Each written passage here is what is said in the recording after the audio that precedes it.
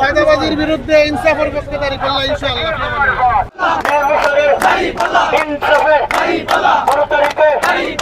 ইনসাফের পক্ষে থাকতে আপনার দাঁড়িপাল্লা ইনশাআল্লাহ।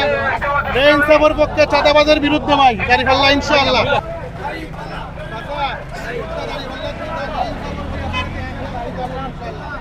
নিরাপত্তা নিশ্চিত করা, চাঁদাবাজি থেকে বন্ধ রাখা আপনার লাগে আমরা দায়িত্ব ইনশাআল্লাহ। ইনসাফের পক্ষে থাকতে দাঁড়িপাল্লা পক্ষে থাকতে চাঁদাবাজির বিরুদ্ধে ইনসাফের পক্ষে সর্বোচ্চ নিরাপত্তা প্রদানের কথা আমরা হইয়া গেলাম। দাঁড়িপাল্লার পক্ষে ভোট দিতা ইনশাআল্লাহ। আসসালামু আলাইকুম। থাকতে আপনারা দাঁড়িপাল্লার ভোটটা দিতা, হ্যাঁ ভোট দিয়ে আপনারা দেশটাকে বদলাইতা ইনশাআল্লাহ। আসসালামু আলাইকুম। আল্লাহু আকবার, আল্লাহু আকবার।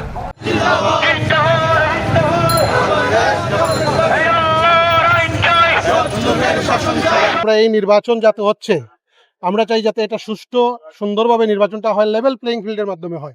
দাঁড়িপাল্লার পক্ষে আমরা মানুষের কাছে যাওয়ার একটাই কারণ, সেটা হচ্ছে ন্যায় ইনসাফের প্রতীক দাঁড়িপাল্লা।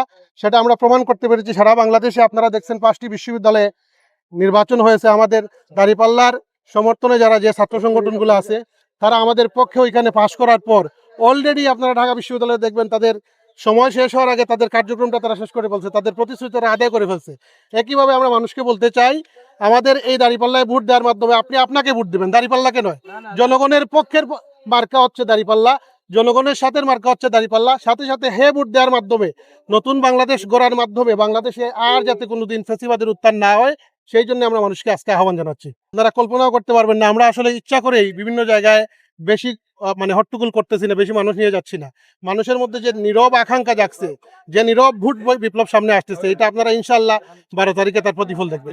নির্বাচনের পরিবেশটা কেমন দেখছেন?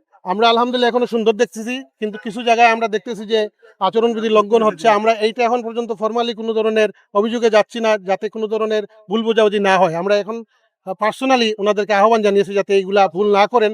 কিন্তু আমি বারবার বলে দিচ্ছি, যদি 17 বছরের অপেক্ষার পরে এই নির্বাচনে কোনো ধরনের পায়তারা করা হয় ভণ্ডুল করার জন্য, জনগণ তার সঠিক জবাব দেবে ইনশাআল্লাহ। শান্তিপূর্ণ নগরী সিলেট আপনারা জানেন, এখানে সৌহার্দ্যপূর্ণ আচরণ সবার মধ্যে আছে। আমরা এইটা চাই, আমাদের ভাষণা হচ্ছে যাতে কোনোভাবে কোনো সহিংসতা না হয়। আর যদি সহিংসতা করার কারো ইচ্ছা থাকে তাহলে জনগণ, আমি আগে আবার বলছি, আপনাকে আবার বলতেছি, এবার কিন্তু সাধারণ মানুষ ভোটের পাহারাদার থাকবে ইনশাআল্লাহ।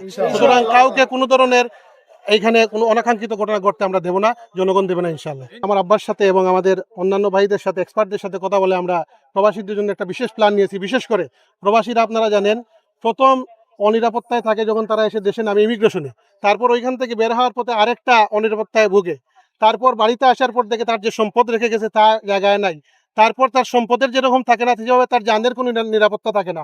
আমরা চিন্তা করছি আমাদের প্রার্থী যদি পাশ করেন, একটা অ্যাপসের মাধ্যমে, প্রবাসী কল্যাণ একটা অ্যাপসের মাধ্যমে, একটা অ্যাপসের মধ্যে তারা সব ধরনের সুবিধা পাবেন।